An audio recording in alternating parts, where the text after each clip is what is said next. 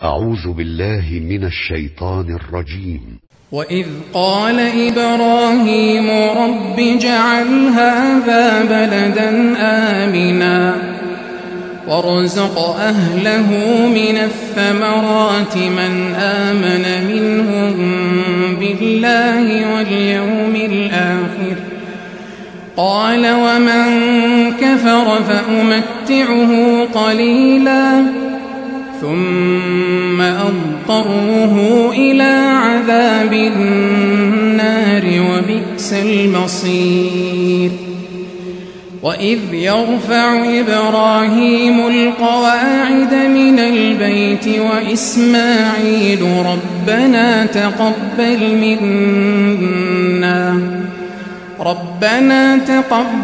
منا إنك أنت السميع العليم.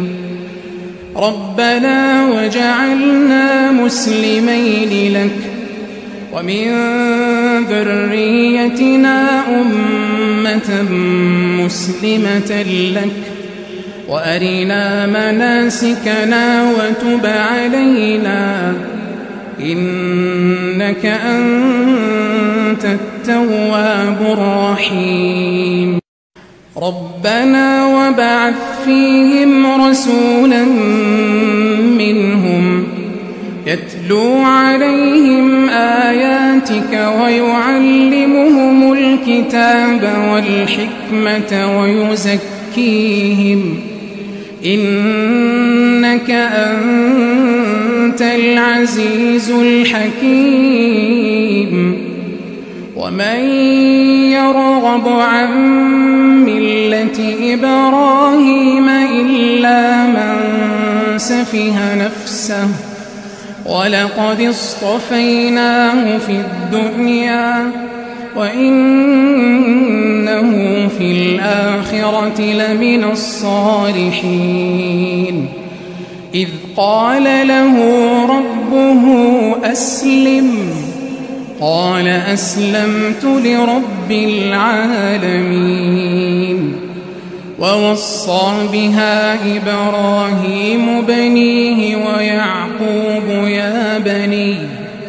يا بني إن الله اصطفى لكم الدين فلا تموتن إلا وأنتم مسلمون.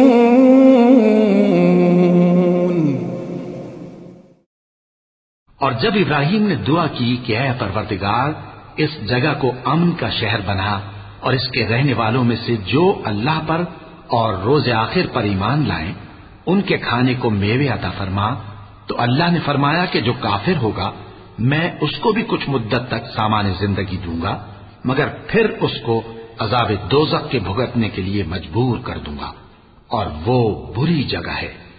और जब इब्राहिम और इस्माइल बैतुल्लाह की बुनियादें ऊंची कर रहे थे तो दुआ किए जाते थे कि ऐ हमारे परवरदिगार हमसे ये खिदमत कबूल फरमा, बेशक तू सुनने वाला है, जानने वाला है।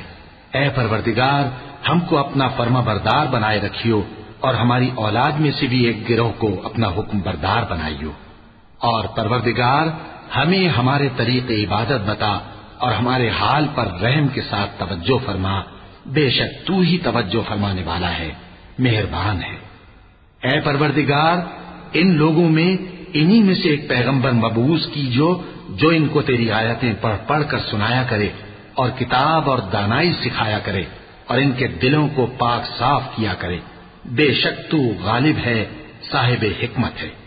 और इब्राहिम के दीन से कौन रूगर्दानी कर सकता है बजुज उसके जो निहायत नादान हो। और हमने उनको दुनिया में भी मुंतखब किया था और आखिरत में भी वो नेक लोगों में होंगे।